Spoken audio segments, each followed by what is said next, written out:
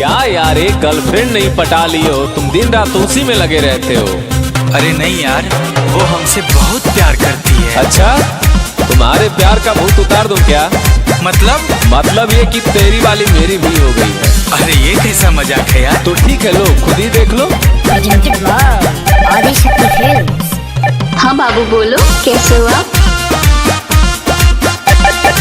आपने जिस नंबर पे कॉल किया है वो भी दूसरी कॉल पे व्यस्त। हाँ बाबू बोलो। कहाँ व्यस्त थे? अभी वो मौसी का कॉल था जानने। कोई बात नहीं, थैंक यू यार। यारों इन लड़कियों की करें क्या बात, वफा कहें या बेवफा की जात। यारों इन लड़कियों की करें हम क्या बात, वफा कहें या बेवफा की जात।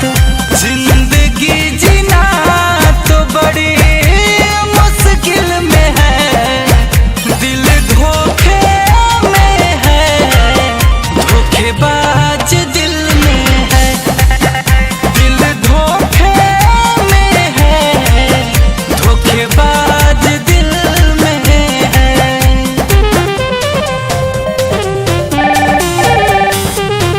The person you are trying to call is currently busy. The person you are trying to call is currently busy. प्यार वो सिखाती, फिर प्यार आजमाती, फिर बाबू, फिर सोना, फिर स्वीटू का बुलाती है। ये वही है यार जो सबसे ज्यादा तड़पाती है। प्यार को वो बस समझे खिलौना, मेरे किस्मत में है रोना। कैसे भरोसा कोई करेगा प्यार पे, ये रोग किसी को होना। और दिल को तोड़ना, दिल को मोड़ना उसकी तो फितरत में है।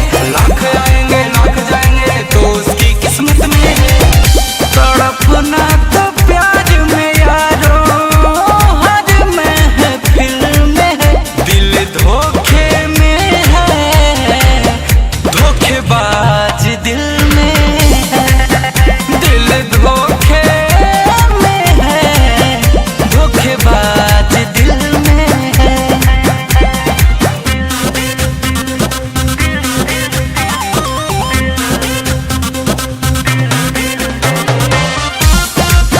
बाबू I am so sorry, please माफ कर दो। आगे से ऐसी गलती नहीं होगी। प्लीज बाबू मान जाओ ना, आखिर गलती इंसान से होती है ना। अब क्यों कॉल मैसेज कर रही हो? आई रियली हेट यू यार। कभी ये था, कभी वो था, कभी ये था, कभी वो था, कभी ये था, कभी वो था। सबका दिल तोड़ी है यार, चाहे वो जो था।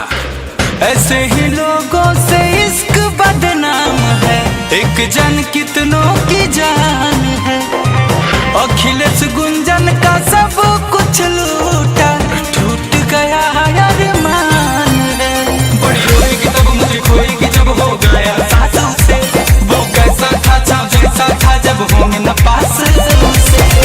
उनको जो सजा दे वो तमन्ना जज वकील में है, दिल धोखे में है, धोखेबाज दिल में है, दिल धोखे में है, धोखेबाज दिल में है। Presented by Adi Shakti Films.